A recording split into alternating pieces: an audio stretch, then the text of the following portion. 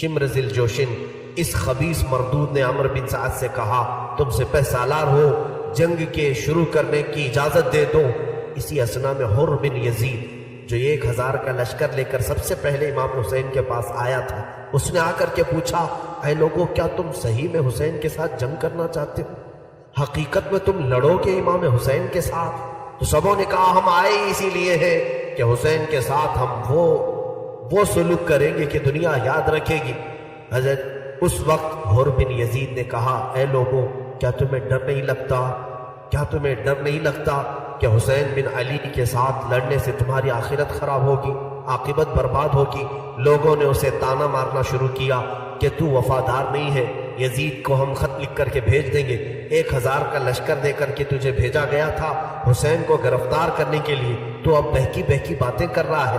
حر بن یزید فوج سے الگ ہو کر درمیان میں کھڑا ہوا، اپنے خیمے کے پاس آیا، اس کے گھر والے بھی تھے، اس کی بیوی اور اس کا بڑا بیٹا بھی تھا۔ انہوں نے دیکھا کہ حر کانپ رہا ہے اور بہت زیادہ جسم میں تھرتھراہٹ آ گئی۔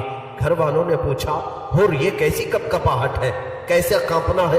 اس نے کہا میں ایک طرف جنت دیکھ رہا ہوں اور ایک طرف دوزخ دیکھ رہا ہوں، حسین کے خیمے کی طرف مجھے جنت دکھ رہی ہے اور یزیدی لشکر کی طرف مجھے دوزخ دکھ رہی ہے اور میں بیچ میں کھڑا ہوں۔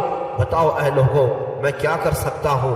میں اگر دوزخ کو جان بوجھ کر کے ہاتھ میں لے لوں تو دنیا میں مجھ سے زیادہ بے وقوف اور پاگل کوئی نہیں ہوگا۔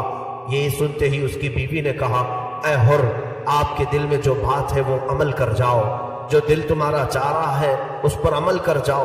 حر نے فوراً اپنا گھوڑا دوڑایا اور اپنے بیٹے کو لیا، اپنی بیوی کو لیا، سیدھے امام حسین کے خیمے میں آیا۔ امام حسین نے دیکھا یزیدی لشکر کا پہلا کمانڈر آیا ہے، پوچھا کہ کیسے آنا ہوا؟ ابھی تو کوئی جنگ کی بات نہیں ہے۔ حر بن یزید نے کہا نہیں، جنگ کا طبل بج گیا ہے اور اعلان ہو چکا ہے کہ اہل بیت کے سر اڑائے جائیں گے، تیروں سے آپ کے جسم چھلنی کر دیے جائیں گے۔ میں اس لیے لشکر یزید چھوڑ کر آیا کہ مجھے رب نے ہدایت دی اور مولا مجھے تمہارے قدموں میں ڈال دیا۔ اے حسین، کیا میری بخشش کا کوئی راستہ نکل سکتا ہے؟ میں ہی ہوں جو آپ کو یہاں اترنے پر مجبور کیا، میں ہی ہوں جو آپ کو کربلا کے میدان پہ لے آیا۔ حر نے کہا کیا میری بخشش ہو سکتی ہے اگر میں اس عمل سے بھاز آ جاؤں؟ حسین ابن علی نے اس وقت بھی گلے لگایا اور کہا انت حر فی الدنیا و فی الاخرہ، اے حر تو دنیا میں بھی آزاد ہے اور آخرت میں بھی آزاد ہے۔ یہ اہل بیت کی شان ہے۔ اخیر وقت میں وہ آیا، حسین ابن علی نے گلے لگا لیا اور اس کے بعد حر نے کہا اے حسین آپ حکم فرمائیں، میں آپ کی طرف سے سب سے پہلے لڑنے کے لیے جاؤں۔ آیا تھا یزید کی طرف سے، اسی کو کہتے ہیں مولا کی ہدایت کاملہ۔ جب رب تبارک و تعالیٰ چاہتا ہے تو کفر کے اڈے سے بھی کسی کو نکال کر دائرہ اسلام میں لے آتا ہے، اور جب کبھی کسی کو گمراہ کرنا چاہے تو کعبہ کے قریب رکھ کر کے بھی کسی کو بے ایمان اور کفر کی موت مار دیتا ہے۔ اللہ کی ہدایت پر اور اسی کی آس میں رہو اور ایمان کا تقاضا کرتے رہو، طلب کرتے رہو۔ عزیزان گرامی، صبح عاشور کی ہے، دن یہ عاشورہ کا چل پڑا ہے۔ امام علی مقام نے اس وقت اپنے گھر والوں کو صبر کی تلقین شروع کر دی، پھر سے دوبارہ جمع کر کے کہا اب بھی وقت ہے، تم سب کے سب پلٹ جاؤ، میں اکیلا نپٹ لوں گا، جب تک میری طاقت ہے میں ان کے ساتھ جو معاملات ہوگے نپٹ لوں گا، لیکن مجال ہے کسی ایک شہزادے نے بھی کہا ہو ہم واپس چلے جائیں، کسی نے نہیں کہا۔ اس کے بعد عمرو بن سعد ظالم یزید کا سپہ سالار شمر ذی الجوشن کو لے کر اعلان کر دیا کہ تیر تان لیے جائیں۔ سارے لوگوں نے گھٹنے ٹیک دیے اور حکم کی فرما برداری پر اپنے اپنے تیر سنبھال لیے، اور خیمہ حسین کی طرف ہر ایک کا تیر تھا۔ اور اسی اثنا میں 1000 کا لشکر لے کر عمرو بن سعد گھوڑے دوڑاتا ہوا خیمہ حسین کے پاس آیا۔ جیسے ہی وہ آیا، اب سیدنا امام حسین نے اپنے گھر کے 20 افراد کو لیے اور ان 1000 کا مقابلہ کرنا شروع کیا۔ ہم نے تو بدر کے متعلق سنا ہے 313 تھے اور مقابل میں 1000 تھے، یا حسین کے ساتھ 20 ہیں اور مقابل میں 1000۔ یہ ہاشمی جوانوں کے ساتھ امام حسین کے شہزادوں نے وہ آئے ہوئے لشکریوں کو جو دوڑا رہے تھے، خیموں کے پاس بے حرمتی کر رہے تھے، حسین ابن علی کے شہزادوں نے ان کی صفوں کو ایسے کاٹا، پورے مجمع کو ایسا منتشر کیا کہ کئی گھوڑے زخمی ہو کر گرے، کئی فوجیں وہاں کٹ گئی، اور اس کے بعد وہ جان بچا کر پھر خیمہ یزید میں آ گئے، یزید کے لشکریوں میں آ کر مل گئے اور کہا اس طرح سے جنگ نہیں ہوگی۔ پھر عمرو بن سعد نے کہا اب دیکھنا تم سب تباہ رہنا، سب سے پہلا تیر حسین کی طرف میں چلاتا ہوں، اور یہ کہہ کر کے اس نے خیمہ حسین کی طرف تیر چلایا، اور اس کے بعد اعلان کر دیا جنگ کا آغاز ہو چکا ہے۔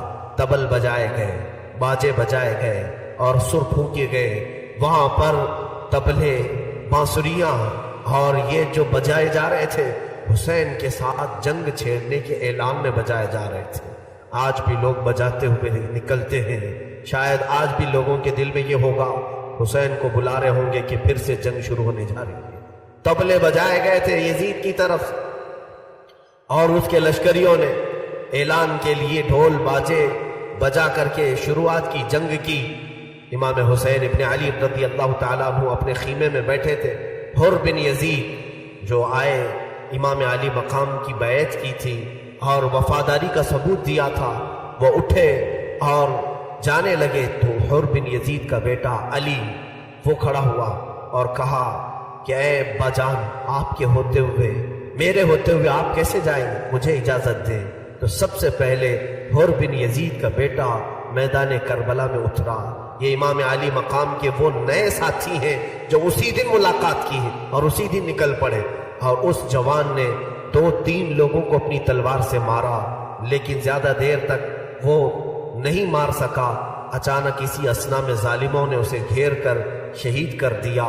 نوجوان بچے کا جیسے ہی انتقال ہوا، حر بن یزید کہتے ہیں کہ میں گھوڑا دوڑا کر میرے بیٹے کی لاش اٹھانے کے لیے نکلا تھا کہ حسین کے نام پر میرا شہزادہ گر گیا ہے، بیٹا میرا انتقال کر گیا ہوگا، اس لیے کہ وہ بار بار چلا رہا تھا ادرکنی یا بتا، اے میرے ابا آ جاؤ، مجھے پکڑ لو، مجھے اٹھا لو، اور اس کی روح قبض ہو چکی تھی حر بن یزید کے بیٹے کی۔